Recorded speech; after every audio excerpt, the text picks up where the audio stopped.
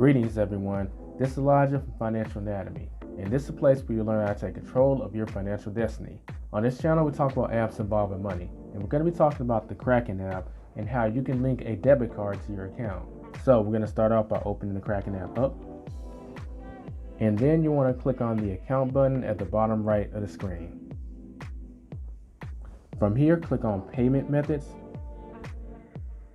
and select Add a Card.